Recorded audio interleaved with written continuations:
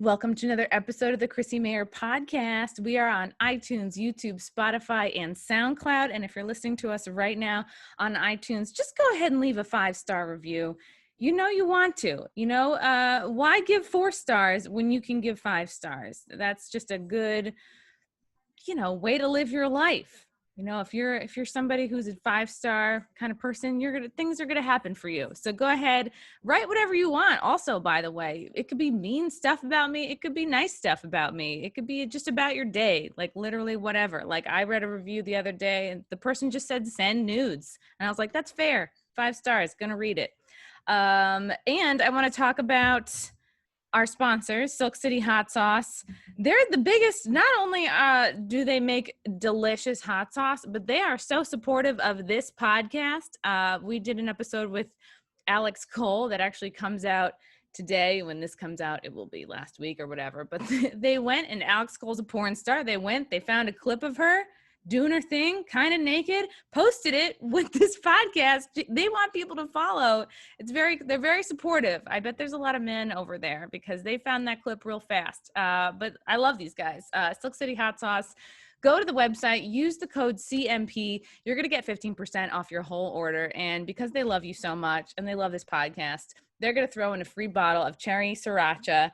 Woo! Check out that hotness scale and some stickers just for ordering. I personally really love the taco flavor. I really like the smoking flavor. I haven't tried everything yet. I'm trying to slow my roll and not just burn up all my taste buds.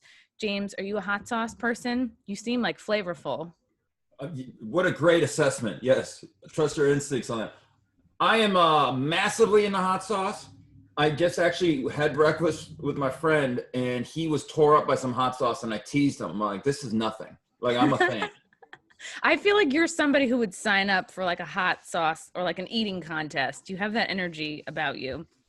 And did you know, James, that the best part of staying at home is playing at home? And if you go to adamandeve.com and use the special code CMP at checkout, you can get almost any item online for 50% off, which is huge. That's half for those of you who suck at math. And when you use the discount code CMP, you'll get bonus gifts like 6 spicy movies, a 3-piece bonus set, and free delivery. Adam and Eve has thousands of gifts, toys, and movies to help us lock down some great sex. Just earlier today, I was masturbating to classical music, and I was like, well, I guess that's my thing now. I really put the O in Yo-Yo Ma. I don't know. I just think we all got to do what we can to get through this together. So go to adamandeve.com and use the code CMP.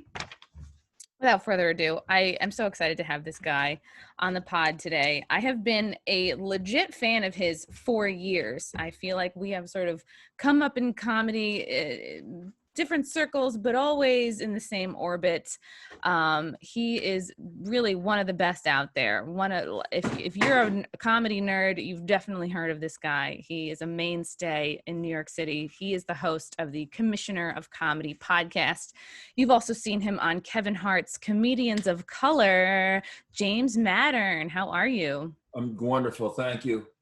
Yo, you're amazing at this. This is great. You got me thinking when you're doing the reads that this is what journalism now is now. Like I went to school for this, so it got me excited thinking about like Walter Cronkite reading about vibrators, like in the beginning before he interviewed like someone.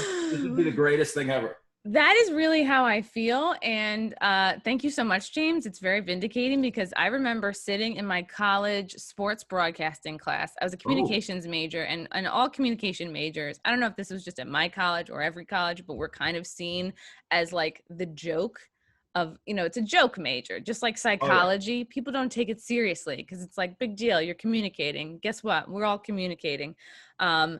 So, one of the classes I took was sports broadcasting, and I was like the only girl. It was me and all these other dudes, and Tom McDonald was my teacher, and he was on New York One. I think he still is a sports broadcasting guy. Anyway, so I did my whole thing, my whole final.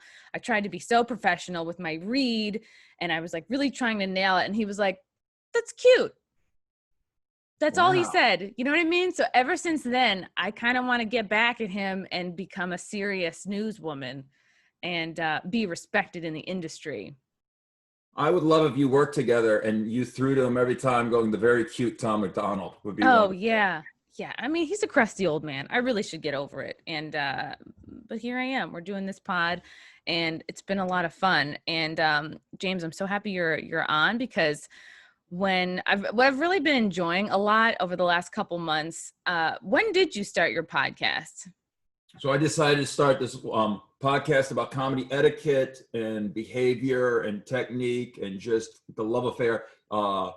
Let's see, in May, I believe, no, June it came out. So in the middle of a pandemic where no one's doing comedy, it's like, we were going to do it. What's a better time than now when no one's doing it? So I feel you because I started this podcast in January, but fell into a major funk from March and April. And then finally May came around and my boyfriend Frank was like, you got to get off you got to do something, get off your ass, do something. So I was like, yeah, I'm going to do something. I'm going to start this podcast up again. So you started up this Commissioner of Comedy podcast. And I've been seeing on Facebook, you'll write these statuses that are, and there tends to be a lot of sometimes division in comedy. Sometimes people feel like they have to pick a side or pick a group or that their politics define them or that their social group defines them. But you do such an amazing job, both on stage and off, of kind of opening it up and reminding us all of our love for comedy. And you'll do these Facebook posts like, hey, how do you guys handle bombing? And then the results will come in, everybody will write their, thoughts and feelings down. And then you go, oh, wow. It really reminds you of why we do this. And even though everyone's taking a pause right now and gigs seem few and far between, like I've really appreciated your posts. Well, thank you. I'll be blunt, man. Part of it's also I'm talking to myself and I want to remind myself how much I love this because it was very easy in the first few months to give up hope. A lot of fellow comics were putting the dirt on the grave very early on our business, which I found offensive. Look, I have nowhere else to go at this point. So this is what I have. This is a saying I stole from like an old time pro wrestler that I say all the time. There is no half pregnant. I'm having this baby. I've been a comic for too long. So I love it. And my anger goes towards people who don't love it and abuse it and use it for a second, or then act like they're comics, but then love to shit on it. This is what we do. Yeah. Yeah. And I love it more than anything. It saved my life in lots of ways. And so I'm helping to find people who feel the same way. This is what the podcast is. I get reached out to by some really cool people. I have no idea who they are. And I can tell that they're going to be lifers and that they would run through a brick wall just to do this. And so, man, really? If I can help with that, that's what I care about. I want more of those people in our industry because I love our industry. So the people that are reaching out to you, these are brand new newbies. Like a lot of newish people. Yeah. And someone just reached out to me who wants to start now in the middle of the pandemic, but it makes sense because you're feeling all this doom and there's nowhere else to go. Why wouldn't you start something now the minute you can?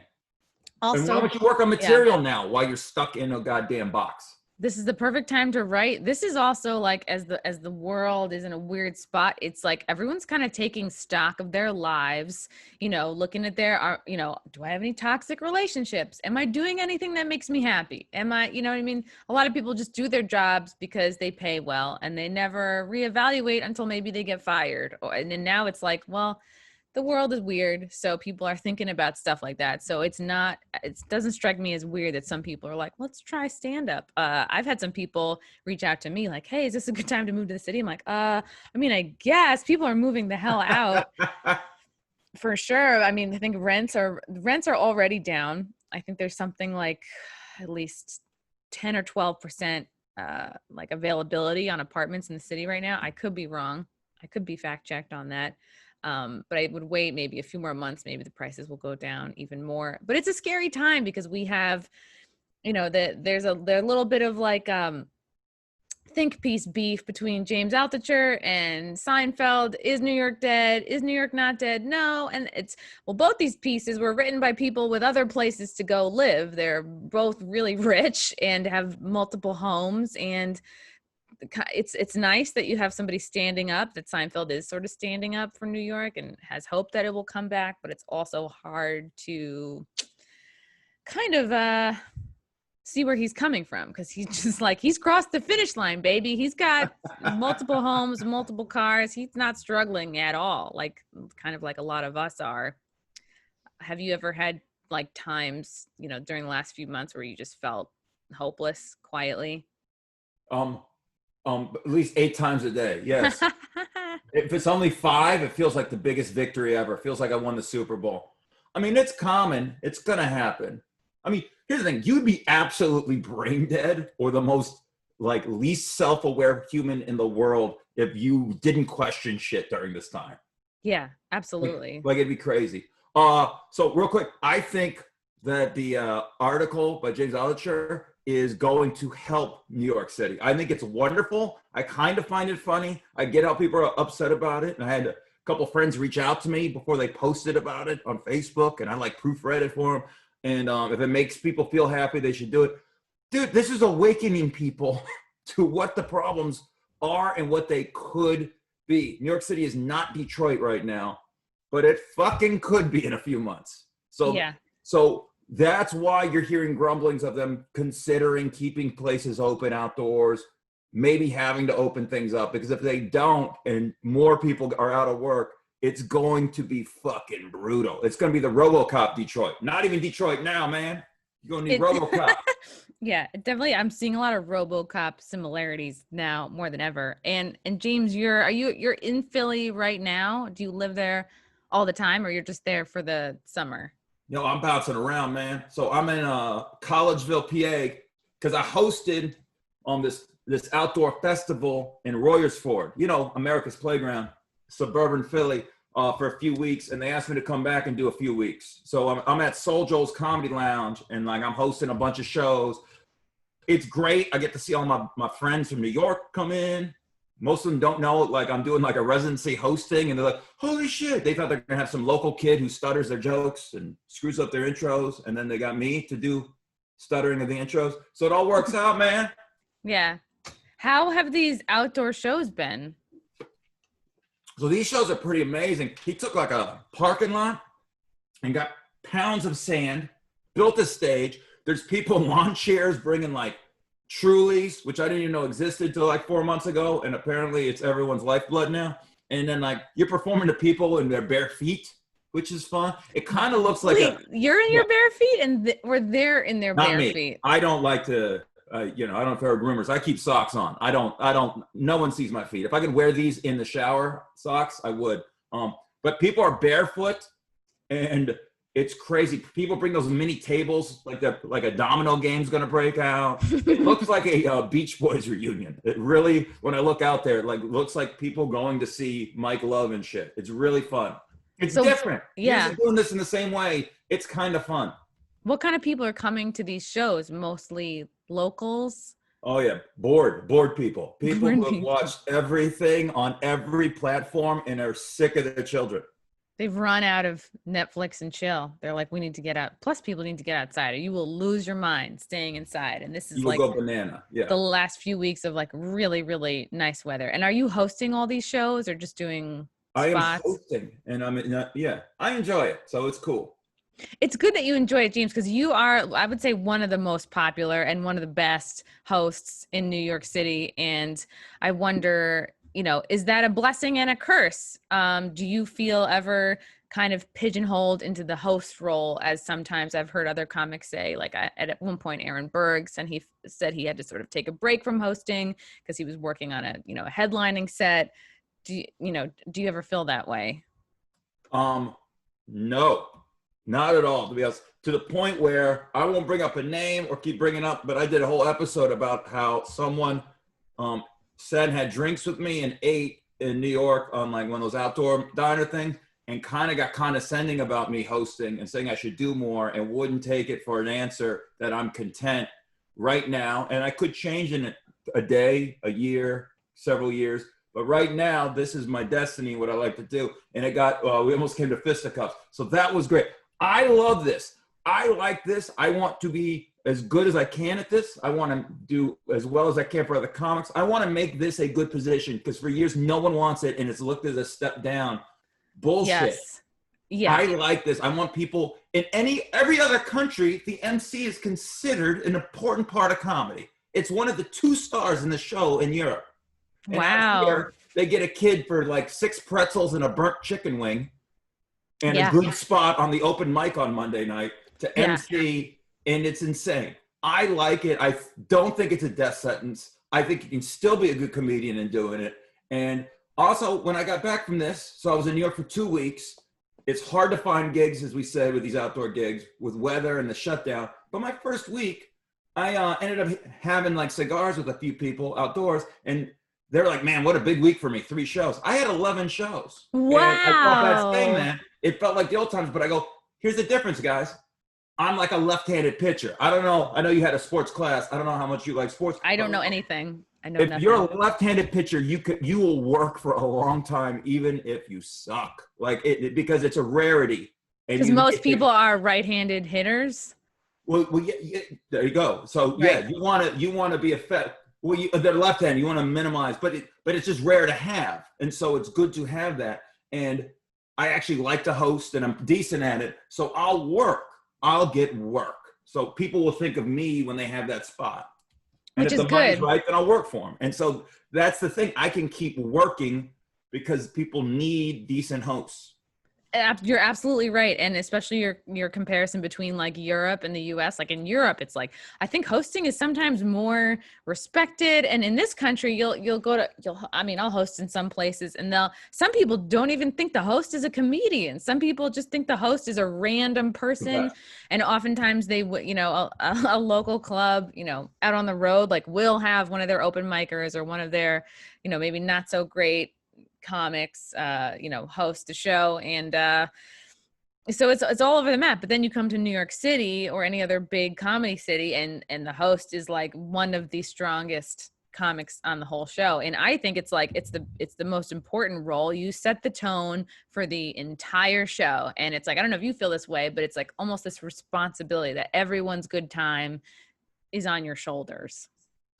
Yeah, so you're like the host of a party, which is cool, which I think you can get the idea that I used to do that a lot growing up. I used to throw parties. You did? Where did you grow up? In Vegas. And like, even if it wasn't my place, like my best friends would throw a party and I'm like the center. Like when people walk in, it's like, yo, man, I like people to feel good. So I want the audience to feel good. I like setting that tone. I also want my comics to do well. So I really like to pump up comics. I'm a big fan of the Larry Sanders Show. And my favorite character in the history of television is Artie, played by Rip Torn, who passed away recently, like last year or so. Oh, yeah. And what he did psychologically to pump everyone up is great. Or like if you watch boxing old time, you hear about Muhammad Ali. Part of his success is his dude named Boudini Brown. He's the guy who got it in his head. Yo, champ. They're all scared of you, champ. You're the best, champ. Gave him all that. I like that. I like to see people get happy and feel better about them lives. It makes me feel better. Seriously, James, like I've hosted so much, it's never occurred to me to try to pump people up. And I love so much that you do that. And it makes so much sense. Like every time I'm at a show and I see you, and I think other comics feel this way too. Like as soon as you think somebody sees you or I see you, it's like, you're immediately like, oh, wow, it's going to be okay. Like whatever you're worried about goes away. You're just such a happy person. You have such a great spirit and light-hearted energy. It's legit contagious. You make every show better. You make every room better that you walk into. And it's like, I bet if we took a poll, I mean, we don't have to because we know everyone loves you. You know what I mean? Like it's your energy is so good. And it never occurred to me, like, I'm often just like, oh, what's my set going to be? What kind of crowd is this? Like, are they going to like me? It's like never occurred to me to actually like pump up the team. And that's something really great that you do. Well, when you worry about everyone else, or not worry, but when you focus on just trying to get everyone else together, then your shit disappears. So you don't have to worry. You just have to exist in the moment. Man, one of the things I talk about on the podcast, we all worry about these little things, but they are exactly that, the little things. You wake up the next day and go do it again. So all you're trying to do is be in the moment and true with those people. And if it don't work, you learn from it and you go back the next time. That's all it is. We're so worried about this shit. That's why it's like, why are we all sweating in the back and shit? We For are 9 sweating. people on a Wednesday. I mean, it's great that you care and you should care.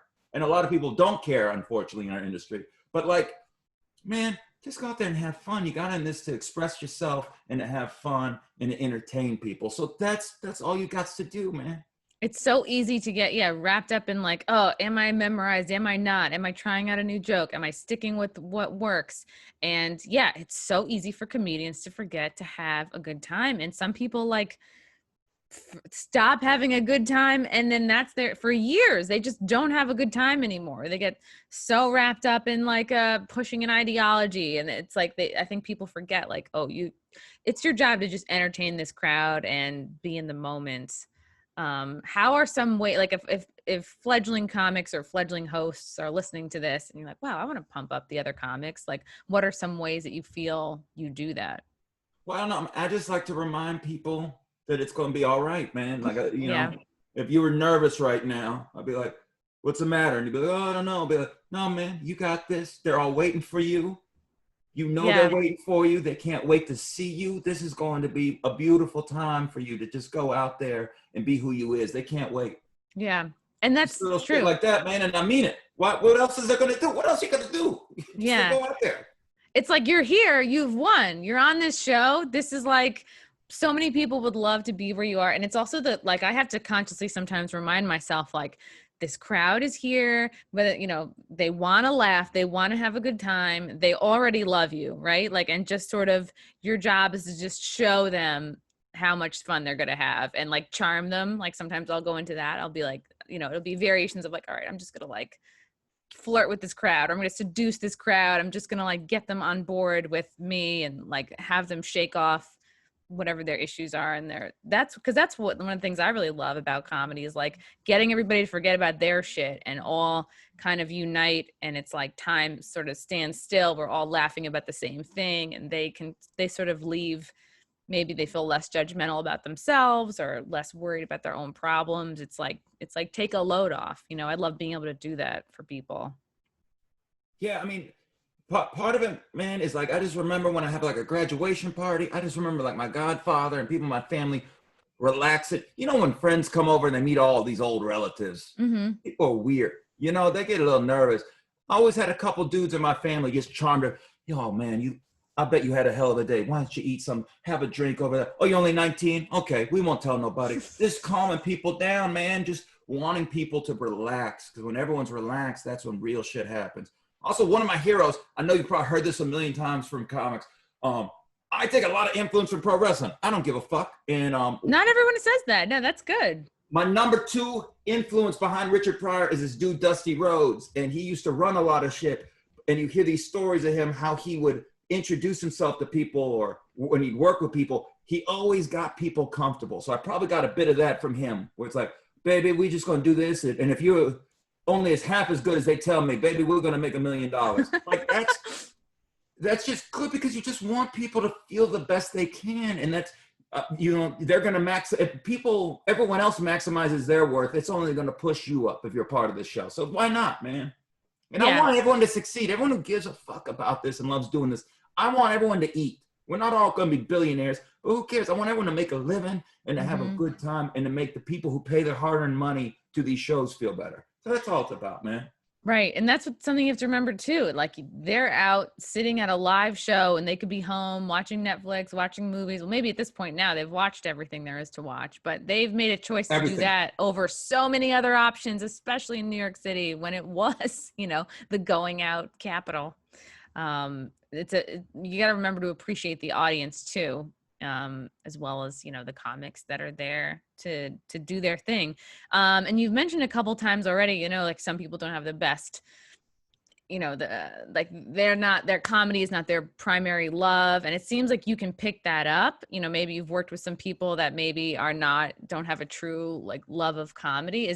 Are these usually maybe more famous people, or, you know what I mean? Like the Jeremy Pivens of the world, you mean, who like are, maybe they're big YouTube stars and then they get into comedy and maybe they don't respect it as much? Or who do you feel that you've encountered? Not, I mean, you don't have to name names, but like what types of people do you sort of encounter where you go, okay, this is their heart. Maybe he's not in this.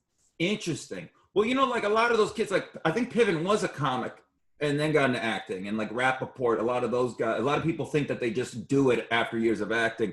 I found that him in particular really liked it, and not bragging or anything. I remember he DM'd me about, hey man, it's great working with you. If you know of any spots I can hit. And I was like, hey, this Emmy nominee is reaching out just to go to 10, 15 minutes. Mm-hmm. Yeah. A lot of people fall out of love with it from years of doing it. And so a lot of people get into this thinking it's going to be like a skyrocket to fame. And when that doesn't happen and they just become a working comic, which I think you probably would have been, if 10 years ago I told you you're just going to be a working comic for a long time, I bet you would have fucking glowed. And I think you're kind of glowing now. And that's the same with me. The glow. Yeah, I think this is just sweat, but yeah, no, but I mean, that's making it. That's like, a lot of people don't think like, I'd be like, whoa, I don't have to have other jobs. Like I don't need 2 other jobs to support myself. I can just do comedy. I'd be fucking thrilled. Yeah. Yeah. See, and also one person's sweat is another person's glow, my friend. But I'm going to say that I'm glowing on stage tonight. When I'm back. Why not?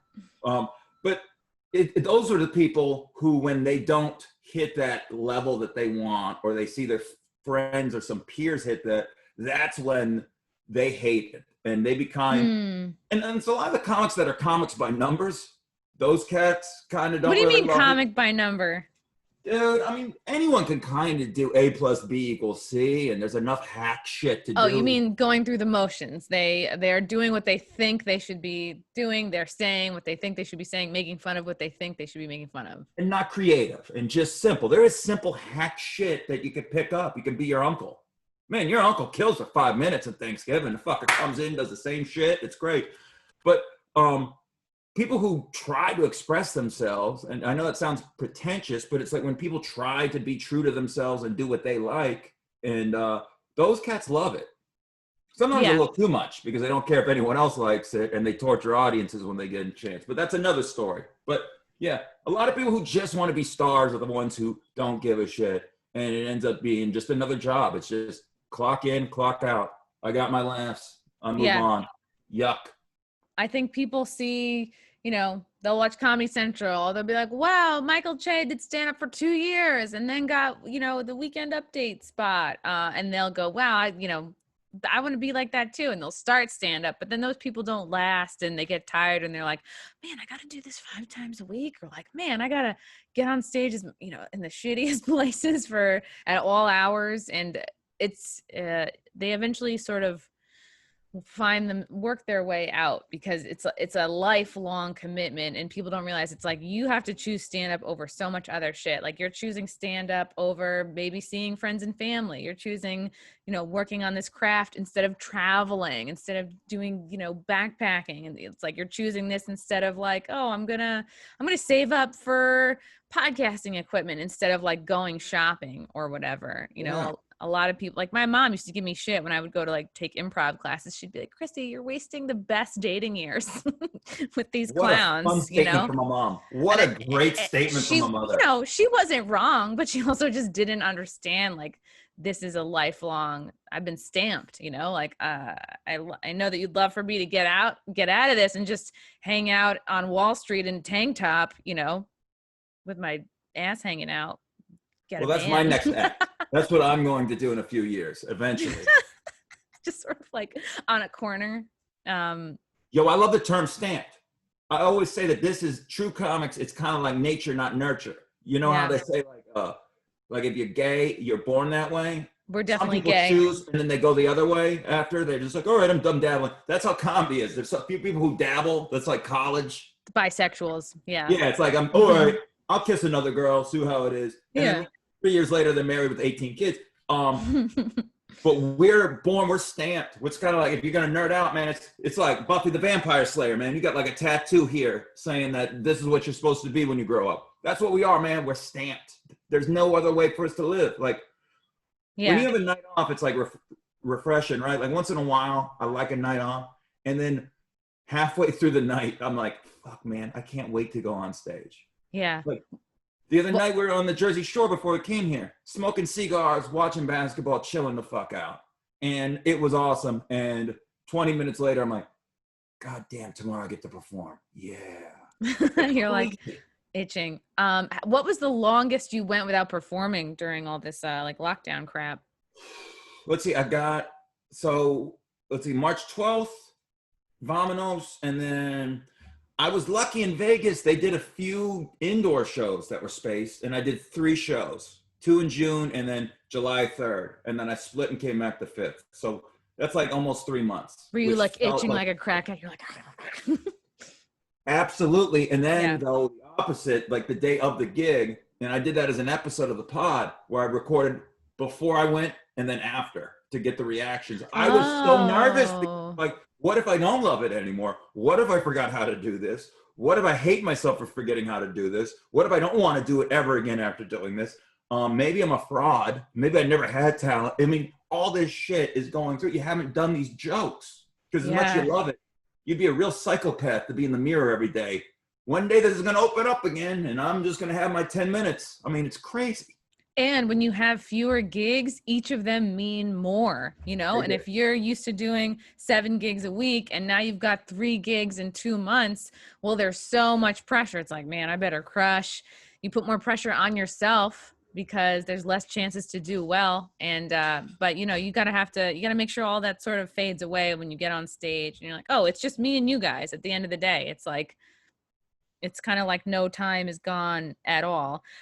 James, what are some ways, you know, in all your hosting experiences, something will happen, maybe a comic doesn't read the room, or maybe, you know, there's a heckler gets taken out and for whatever reason, the room becomes divided and you get back up on stage.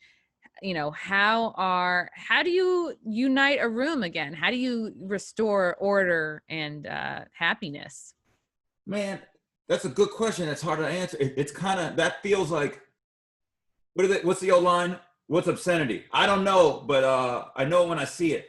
It's one of those things I can't put on paper because it's something you just have to do by feel. That you're just going, and you might not succeed initially with it. I just kind of go in the moment. I've had times where I've tried to bring people together and it doesn't necessarily work with the joke or in the mic, and then I put the mic down and I kind of yell at the audience in a way like, look, I know this is fucked up, but we have 3 more comics and there's nothing else I can do. So we need to come together. And, you know, they'll see your passion, you know, that like they can see I'm sincere and I'm trying to do a job and I'm trying to unite everyone. And that tends to work, but once again, you put it on paper, it might not work. It's what I felt. It's like, sometimes you have to abandon everything that you know and all these teachings and just trust your instincts. And if you fail that time, then you learn from it. And hopefully your instincts tell you something different the next time. But that's what it is, man. It's just, I just take a chance and just like, all right, it's like, we have to come together. We still have more show. Yeah. Yeah. And sometimes I will feel a crowd checking out. And I know like a lot of times people will go to their jokes, but I'm like, if I can already feel them not listening. It's like, I have to go into the crowd. I have to start talking to somebody, or like, you know, you don't want to single anybody out and be like, hey, you suck. Your attitude sucks. I mean, like sometimes, you know, sometimes that's warranted, but I find if I like kind of get in their face and like, hey, I see you, you know, it kind of, you know, makes people feel present again. Like, oh, like she could talk to me next. And it's, do you use that tactic a lot? Do you like to do a lot of crowd work? Well, yeah. And also sometimes you got to go at them, man. Sometimes it is like prison. You got to go at the biggest motherfucker, man. Like I ain't the biggest or the toughest, but if shit's sticky, I'm hitting the biggest dude. If I'm getting an ass whooping, I'm going to make sure that the biggest dude got my best on the way down. And by that, do you mean the guy or gal with the worst attitude, or like the person making the most noise? I make that mistake sometimes. I think that's another thing on paper you would tell people not to. But if I see like a big scary dude not feeling it, I kind of be like, I'm going to get you, man. And they're like, but it's a real moment, right? Because that cat didn't expect it. And now they get brushed out of their moment. And maybe they aren't being assholes. Maybe they just have a sad face and then they become aware. But I go at it, and I see people trying not to have a good time. I'll go at them, and I'll chip away at them, man. and you slowly win them over. And when you win them over, I make sure everyone knows. I'm like, I gotta smile, because guess what? Then now everyone else knows that if you got that son of a bitch, then you got us. It's another thing, man. Is you remember Jerry Maguire? You remember that kid? He gave them facts. Bees and dogs can smell fear. Comedy audiences smell fear, man. Interesting. So they can smell, like you're saying, with people doing jokes at their tense moment. They can smell that they're scared to be real about what's going on and be transparent. And so if they smell fear in you, they can't go on the ride with you, man. And it could be fear of being on stage, fear of not knowing your material, fear of, I don't know, something crazy is going on in the world. They're not sure whether or not to talk about it. Yeah. Yeah. They think we're fearless. That's why they admire us. Hey, the set of balls you got on there, I think I'd be good too, but I don't got them balls. I'm not that fearless. Yeah, they think we're fearless. So they think you're full of fear, then you've defeated the whole illusion of stand-up. And it's like, I sometimes don't think of it as balls, because maybe it's because I've been like on stage for so many years. Like before stand-up, it was improv. Like I did a play in high school, not to brag, but I was like, oh my goodness, please, I want all your credits. High school, I was most theatrical. What you know about that shit? I bet. Did you do theater? Were you a theater boy? Oh yeah, man. What were some of your roles? Okay, let's see, man.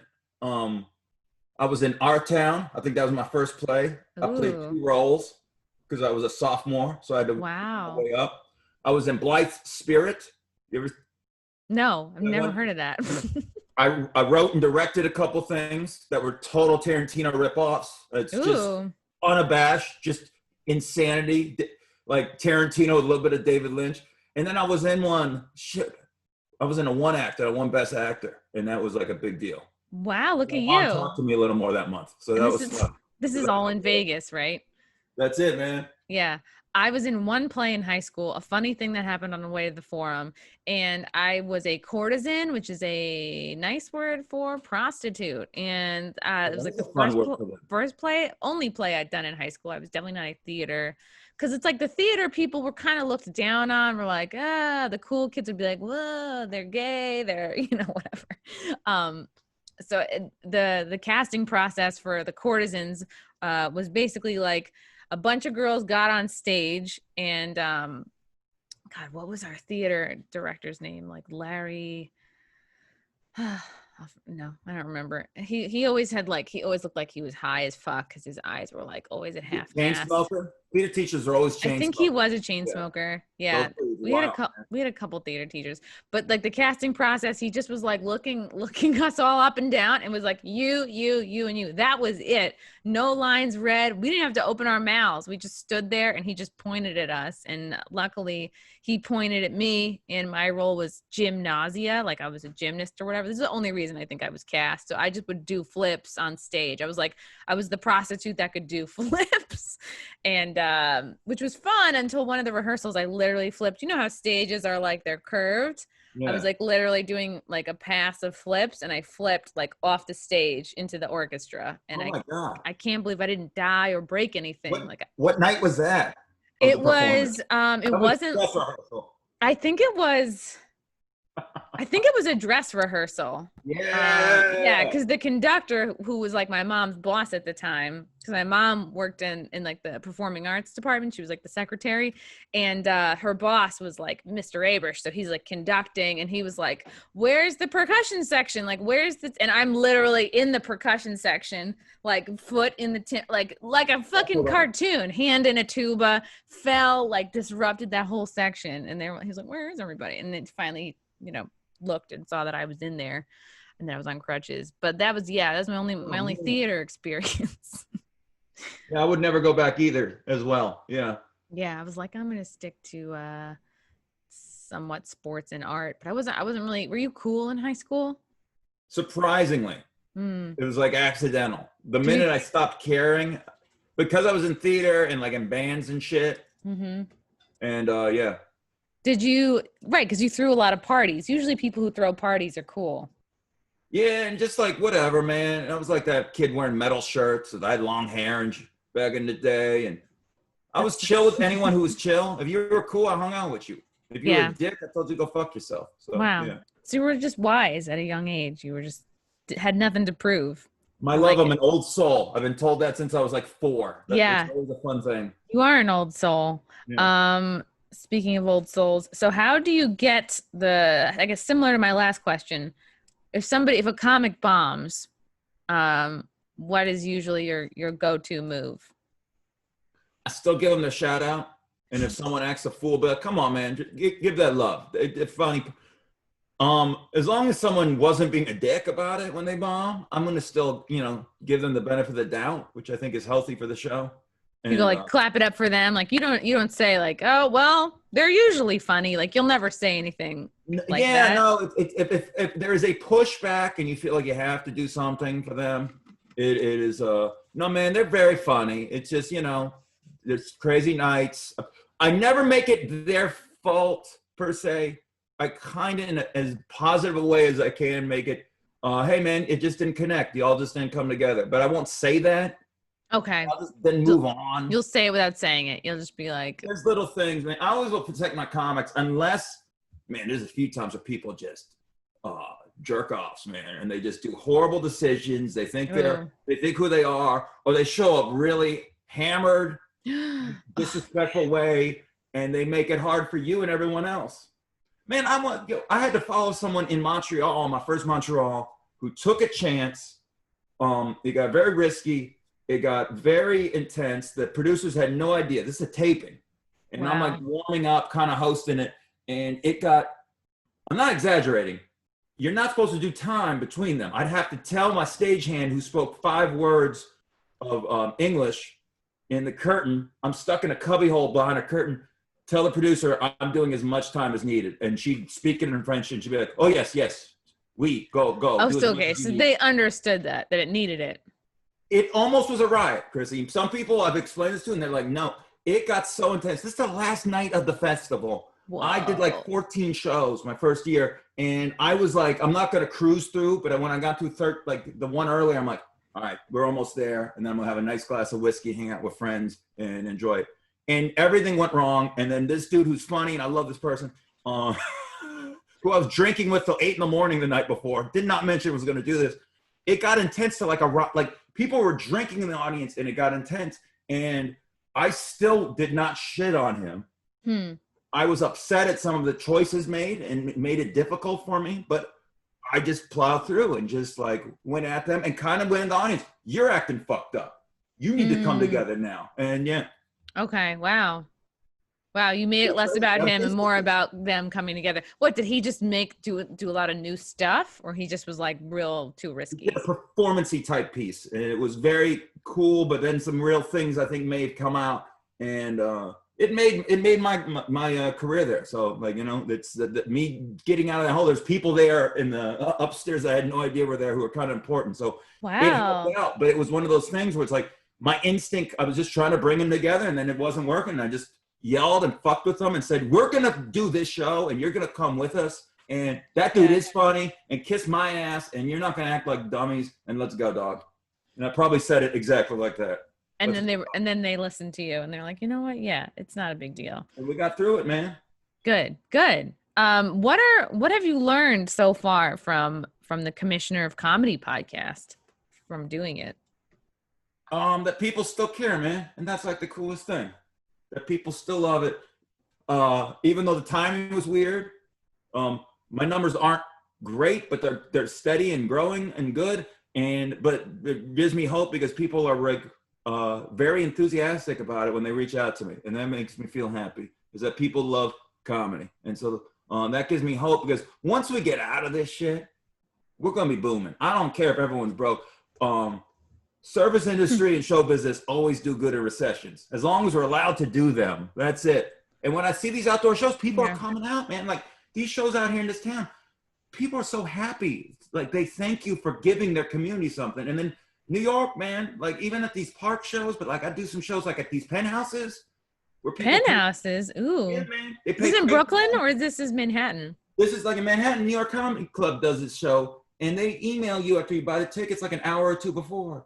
And then and you feel like it's the Great Gatsby. It's Prohibition and shit. And these cats are so happy that they are doing something. So people still love it. And so it inspires me, man, that people still want to do it and people still want to hear about it. And that's what it's about, man. Do you feel like audiences are more grateful now? Yes, absolutely. People, it's like you took it for granted. Oh, I could do this 8 times a night on the weekend, and I didn't do it, or I went and was on my phone the whole time, and now it's like I am sick of staring at my fucking phone. So thank you. You need it. You need to like, I find myself like after every podcast, I'll go and like look at my boyfriend's son has a turtle, but it lives here. It's like this big. I find I just have to like go and look at it to like calm down. I naturally like take myself away from the screens. I'll find myself like, I don't know, I'm like staring out a window, but it's like you have to break away from it or you're gonna go nuts. And I think a lot of New York City people are like feeling, I could have done this all the time. And now that it's so hard, these shows are so hard to come by, maybe they are more grateful. So after this is done, you're going to go stare at a turtle? After this is done, I'm going to go look at the turtle for a little bit. Yeah, I am going to maybe give him a leaf, something to chew on. Sometimes I give him a little bath. What company I get to keep today? Maven the turtle. What's the turtle's name? Oh, Iggy. What a great name. After one of my heroes, Iggy Pop, I'm sure. Oh, I think he was named after a character on like Super Mario Brothers or something. But he obviously looks like a little dinosaur, like his little face and his They are cousins, yeah. It's cute, and like we have a little pool for him. He'll just like go in there and use it as a toilet. I'm learning a lot. From this animal. This is good. Are your podcasts like themed by issue? Are they like, do you try to keep a theme for each episode? Yeah, it's like a topic. I'm supposed to do a mailbag. I've been promising that for months. We'll see how that goes. A mailbag? What do you mean, like answering questions? Well, yeah, man. So people can write to me at commissionercomedy@gmail.com. And I'm supposed to do something. I also encourage people to disagree with me because I am just one person. True. One man's opinion. So whatever. But yeah, they tend to be one. I'm supposed to record after this. You're going to talk to the turtle, and I'm going to keep talking in the screen. And I don't know fully what I'm going to talk about today. What are the biggest mistakes that comics make, new or old? Let's see. I should say new or experienced. I think it's anyone, man. The biggest one is thinking you have it figured out, which I've talked about. This business, I've learned it the hard way, man. You think you figured it out. It figures you out. Like, this is like a theme that gets touched upon almost every week. I always compare what we do to like lawyers and doctors, right? And everyone's like, well, those are square ass jobs. No. Those people make money. Yeah, that too. Those squares make fucking money. What do they know with their 401ks and insurance? Yeah, but here's the thing, right? So you go to them and you think they're just experts and the best. But what's it say on the door? The practice of. They're practicing because law and medicine constantly change. Comedy constantly changes. And when you see, if you want to go backwards to them people we talk about who are like miserable about this and don't love it anymore, people who like a road dogs, all due respect, who do the same act for 20, 30 years. But nobody, because they can, I think, because nobody calls them out on it. Yeah. I think the stakes might be lower. They're stuck there and they're wondering why they're stuck there because you haven't changed. It's like, well, why are audiences not reacting to this? I don't know, dickhead. Maybe because you're making Family Ties jokes in 2020. Yeah. Like, maybe because you're still calling them stewardesses instead of flight attendants. Yeah. Maybe because you're still saying Oriental. And colored. Yeah. And wondering, what's the matter with them? I don't know, stupid. Things change. Evolve with the times. You got dusty. Don't get crusty. There it is. How do comics stay from getting dusty? Well, it's tough because sometimes you might try too hard and you come off like you're thirsty. Like nothing's worse than the comic who's pretending to relate or trying to relate to the kid. Oh yeah, come on guys, aren't you on TikTok? Yeah. Oh dude, is there anything better than seeing like 50-year-olds like promoting their TikTok videos and they're trying to dance in their comics and you're like, this is kind of wild. Yeah, God bless them. Just hang out with everyone, like your peers. Like I got a lot of friends who are young and we just talk. And so I pick up shit naturally. And it's just like, I think I'm kind of relative for like 42. Very relative. You're very hip. You're on the pulse. I am the pulse, baby. But yeah, just read about what's going on and talk to people and, James, do you observe a lot, and this is all like, right, pre-COVID stuff, but do you observe there are a lot of like cliques in comedy, maybe based by clubs they work at or types of comics? Yeah, that happens. It does kind of look like the lunchroom in high school at times, doesn't it? Yeah. Yeah. Um, a lot of time it's geographical. It is where you're working Yeah. and who you hang out with, and then where you go and end the night with. Like a lot of people would always go downtown and just hang out at the cellar or meet up with people around there. It does happen. I mean, I got my crews, but I'm kind of a loner. I know people Yeah. don't think that of me because I do try to make everyone feel good, but I also like to just go home and fucking read. Yeah, exciting. No, that is exciting. There's a Oh, stack of books that I want to read. I also have like so many Audible books that I need to listen to. I have all these credits. So I know the you feeling. better use them. Yeah. You're like a camp counselor. You're like, you can run shit, but then you need to go to your own bunk and do whatever you need to do. I am decompression. I like it is so weird. People are like, hey man, well, I was back during COVID times in Vegas. My buddy's wife, I'm there. They have 2 kids, and we're drinking and listening to music, and had some pizza and all this. And she's like, "You ever think you're gonna settle down?" I'm like, "I think about it," and then I realize, nah, because I probably just want to like watch what I want to watch and read what I want to watch and not talk for a couple hours. At But times, I really yeah. want to be a normal person and do those things. I'm very envious of them. But at the end of the night, most of the time, I kind of like to just chill the fuck out.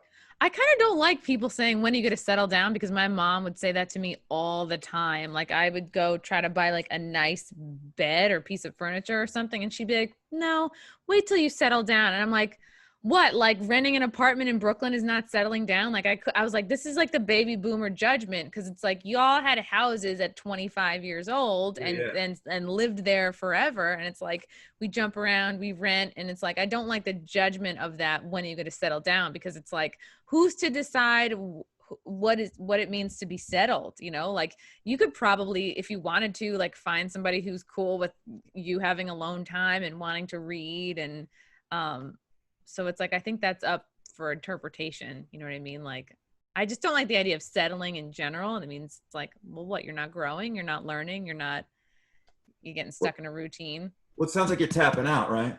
It I'm does. settling. I What's just like, don't. Yeah. I want to continue the fight. I'm not quitting the fight. I'm not tapping out. What are we doing? Yeah. And it's also, and like, what does that say about the person you've chosen to be with? It's like, oh, I'm settling with this person. I guess I'm going to stop looking. You know what I mean? It's like, or this person could just be good for you. I don't know. I think I just don't like the phrase. You're goddamn right not to like it. Yeah. I just You're don't like damn right to. So, okay. So if you feel like you figured it all out, right, you're going to get cocky. You're going to lose touch. You got to Get your keep teeth knocked growing. out. I Yeah. think it's important too to like take breaks when you can, right? Like how can you expect your output to be good if you're not resting and you're not having any input, right? If you're not learning or reading anything or like taking time to observe humanity or yourself, like your set is going to sound the same for a while.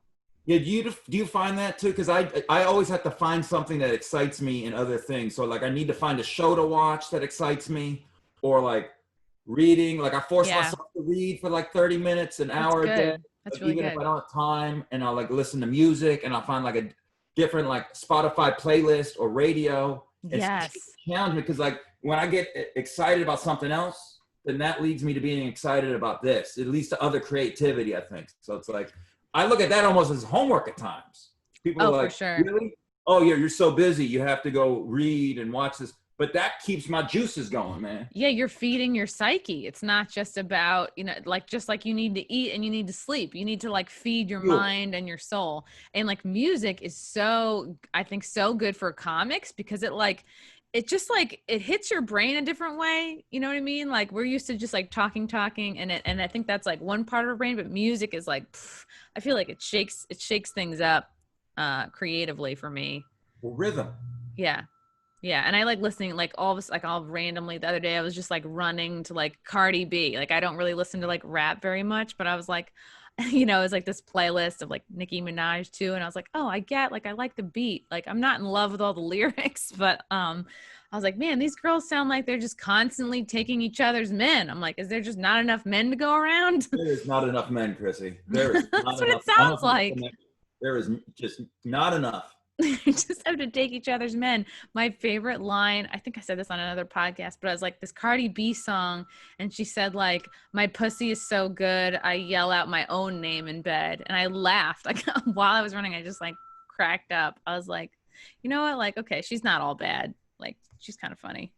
She's Beautifully just not giving a shit lyric. Just terrific. Yeah. Yeah. And then sometimes I wonder, like, and a lot of people made a big fuss over the WAP song, which is pretty graphic, pretty pornographic. And I go back and forth between like, oh, what if some 13-year-old girl is hearing this and thinks that they need to be overtly sexual in order to feel powerful or be liked? And then on the other hand, I'm like, well, it's music, it's expression. It's ultimately up to parents to like keep their kids and talk to their kids about certain shit, you know? I'm like, she's an artist. Is it her job to be like the moral compass? No. So. Well, man, music's always going to be that. Yeah. So I was gonna be music critic.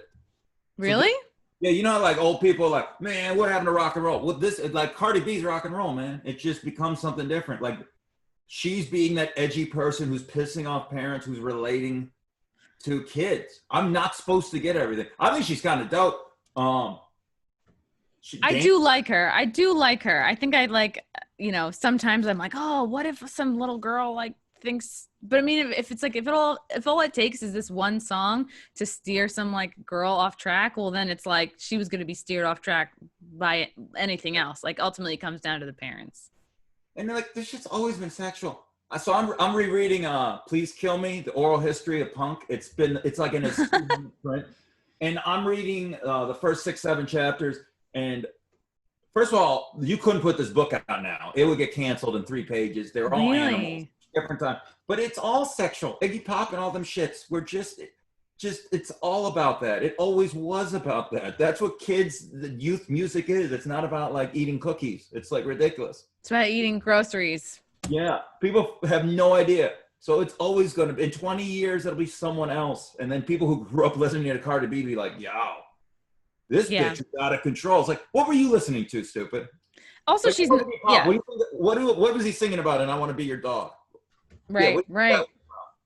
Yeah. Doing homework with someone? What are we doing? Grow up. She's not the only one with lyrics like that. So it's like, she doesn't deserve like all of the blame. But at the same time, like that, they want that attention. Like that's part of it.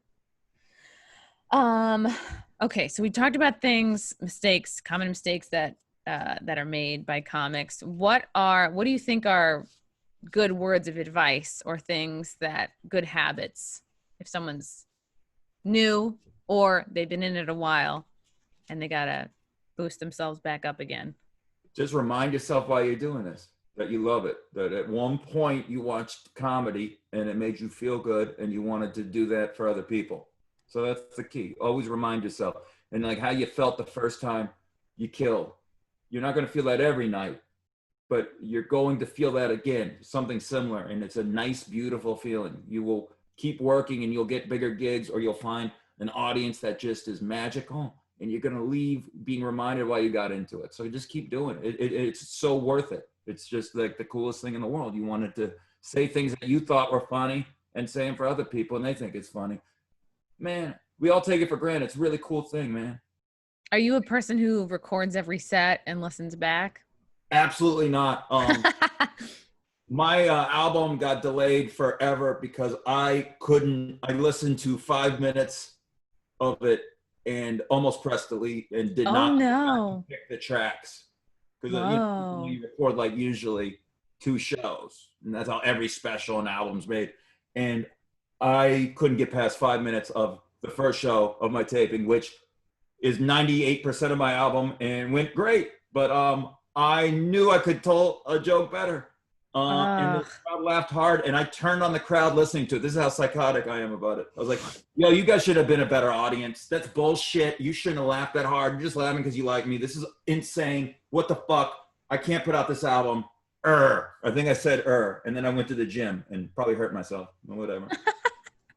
So it's good. So you're one of these people that's like, it's, you know, it's never good enough. It's always more, you always want to be better. You always like, I think that's something that's part of a lot of creative people, like that imposter syndrome. You're doing good, but then you tell yourself you're not doing good enough, and any like success you have, you're like, well, but it's not this. And, you know, It's always progress. You just always, once again, we're practicing. I go home and sleep all right, man, from these gigs, but like, it's always, I know it's not my finished product. I don't know if there ever will be. So there won't be that satisfaction. It's just, okay, that was good for then. Now I move on to being better for the next one. it's a law practice. Yeah. It is a law. I would love to be comedy lawyer. That's my next podcast. Comedy lawyer. A lawyer of comedy. Do you struggle with feeling competitive or feeling envious or jealousy? I get bits of it and then remind myself that everyone's path is different and just this is what I'm supposed to be. I got this tattoo, man.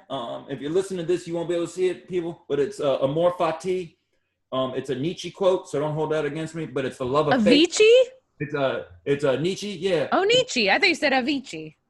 Yeah, him too, man. The love of fate. And it's just like, so we have free will, but you make that decision and you were supposed to make that decision, and that decision will lead you to your next decision. So Ooh. I'm supposed to be here right now talking to you. Wow. And at this gig that I'm going to be at later. That's what it's supposed to be. And I'm going to make decisions in between there that might affect where I end up later in life. So I accept these decisions. And once again, it's all on flex. I don't know where it's going to end up. So that's the thing. I can't get upset. You know, people get upset when it's like, how did she get that? Yeah, man, because they were looking for a female, dog. You ain't. So why are you pissed at her getting it? She plays right field. You're a center fielder. So why exactly. don't you just get out, man? And that's a lot of it is like, they're just sometimes looking for a certain type. That's it. Yeah. So like, you can't get upset at that and just work harder and just, you know, do your thing and find what your niche is, find what your lane is, and just keep getting really dope at that. Yeah. So you believe there's no mistakes, fate, everything is exactly how it should be? Well, there are mistakes, but you are going to make them. So just instead of just crushing yourself, learn from them. You're supposed to make mistakes, and then the true mistake is not learning from it and repeating it and making worse mistakes. What is your writing process like? I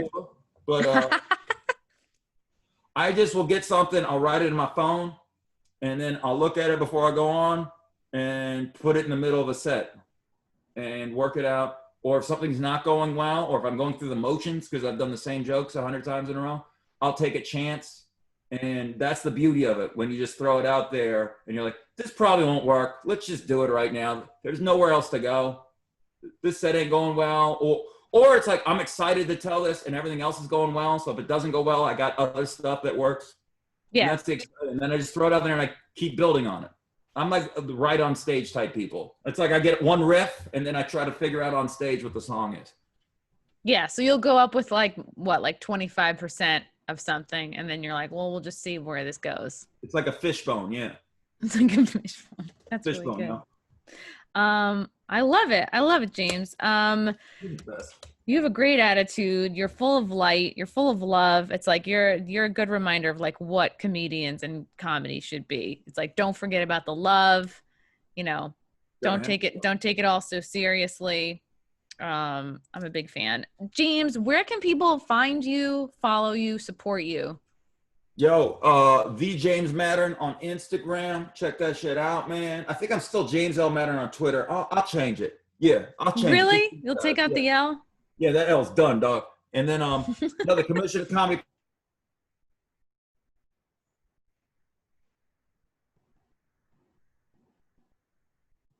Uh-oh, he's frozen. James. Oh no. We almost made it to the end. Well, you know what? In case James doesn't come back, maybe I should read his plugs. James Mattern. What is his Twitter? James L. Mattern. He really is frozen. God damn it. Let's see. Will he log back in, or is this it? Okay, Twitter. He is James L. Mattern, Mattern. Follow him there. Follow him on Instagram. Facebook.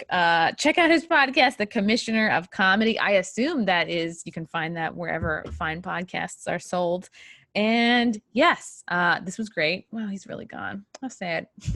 But we did a good job. This was a good episode. He's a great guy. Follow him. Check it out.